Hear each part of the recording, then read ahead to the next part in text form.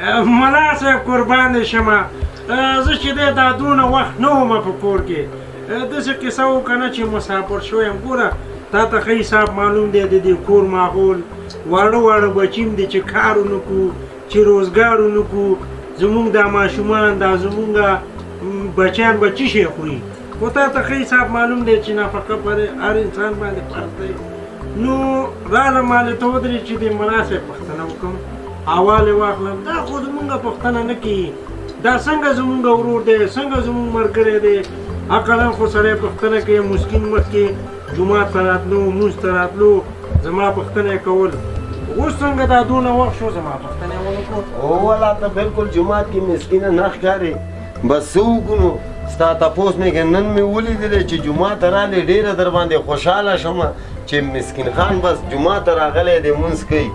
ځکه په تا باندې خوشحاله شوم کوم پوښتنه دې رانه کول څه چلو چې دومره نږدې راسره نه که نه ملا صاحب پوښتنه خو ډېر زیات پوښتنې دي خو بس په هر حال چې دا جوړ مې ولیدلی صحتمند مې ولیدلی دا ما دپاره ډېر د افتخار ځای دی نو مولوي صاحب خبره اوسې ده که نه چې تا نه مې یو څو پوښتنې درلودو داسې ښه پوښتنې نو خفه کېږې نه چې نه نه وکړه دوه درې څلور وکړه ملا صاحب خبره اوسې ده که نه چې کله دغه مسلمانان چې یا په کور کې یا په جومات کې په هر ځای کې چې مثلا لمونځ کوي او داسې کوي که نه نو دغه د جاینماز نه دی د مخې نه چې دغه مږک تیر شي لمونځ یې کېږي او کېږي او چې دغه پیشو د مخې نه تیر شي لمونځ کېږي او کېږي مشکلات نه لري څه وایې همدغسې چرګ چې اذان کوي که نه هغه چې د مخې نه تیر شي